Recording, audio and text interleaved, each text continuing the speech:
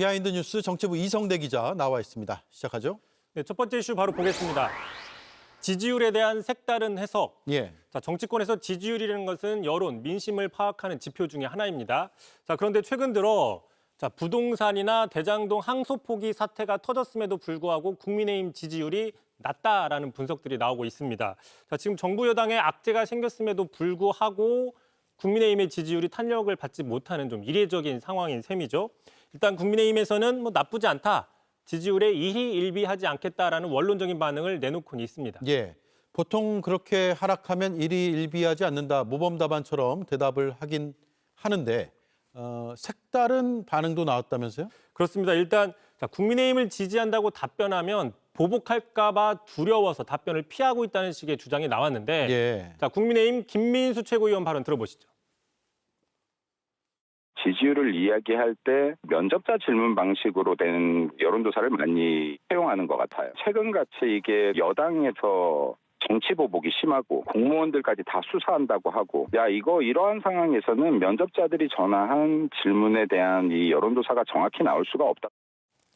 자, 다시 말해서 국민의힘을 지지한다고 하고 싶어도 조사를 받을까 봐 두려워서 응답하지 않고 그래서 지지율이 떨어진다라는 식의 주장인 것이죠.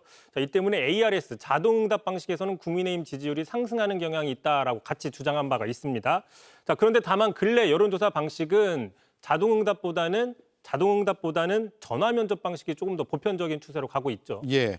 보복당할까 봐 두려워서 여론조사 응답을 안 한다. 그래서 떨어진다라는 건 글쎄요. 논리적이지 않은 것 같습니다. 그런데 이걸 누가 응답하는지를 알 수 없는 거 아닌가요? 그렇습니다. 일단 여론조사 업체는 정부가 아니라 민간 기업입니다. 예. 특히 개인정보 보호를 위해서 지금 법적으로 이미 가상번호를 사용하고 있기 때문에 어떤 개인들, 응답자들의 신원을 파악하는 건 쉽지 않다라고 볼 수 있는 것이고요.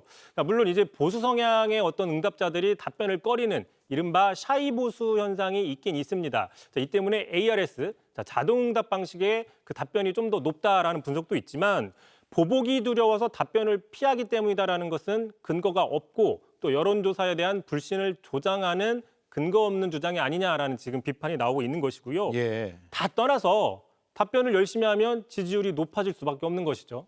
그러네요. 어쨌든 지지율 문제는 내 탓이 아니라 남 탓이다. 이런 주장이군요.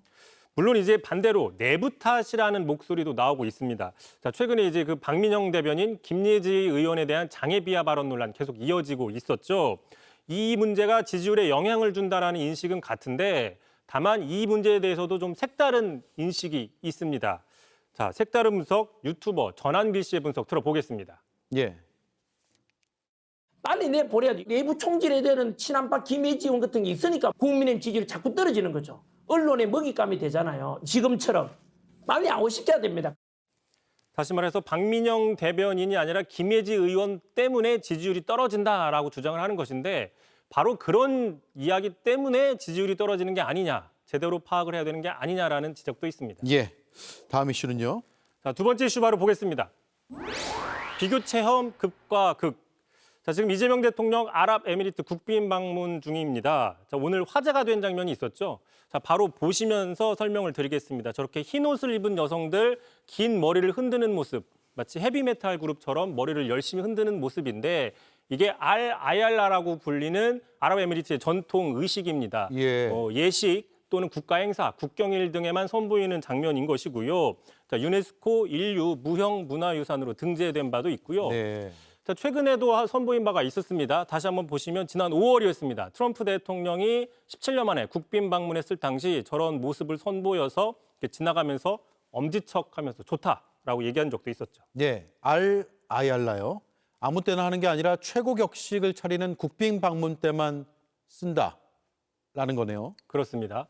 또 게다가 또 한국 대통령 UAE 아랍에미리트 국빈 방문은 처음이 아닌데요. 가장 최근이 2023년 1월 윤 전 대통령이 국빈 방문했을 때입니다. 자, 그러자 이제 두 당시의 상황을 비교하는 장면이 또 화제가 되고 있는데 자, 이번 환영식 때 이 대통령은 애국가가 나왔을 때는 가슴에 손을 올리고 경례를 한 뒤에 곧바로 아랍에미리트 국가가 나오자 손을 내렸습니다. 예. 자, 애국가만 하면 되는 게 당연한 것이죠.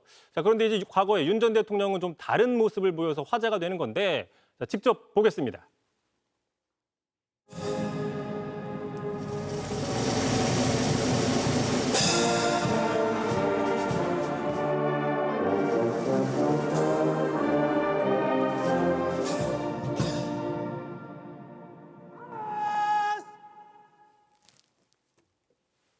예, 끝인가요? 끝입니다. 네, 끝내겠습니다. 이성대 기자 수고했습니다. JTBC 뉴스를 시청해 주셔서 고맙습니다. 저희는 저녁 6시 30분 뉴스룸에서 뵙겠습니다.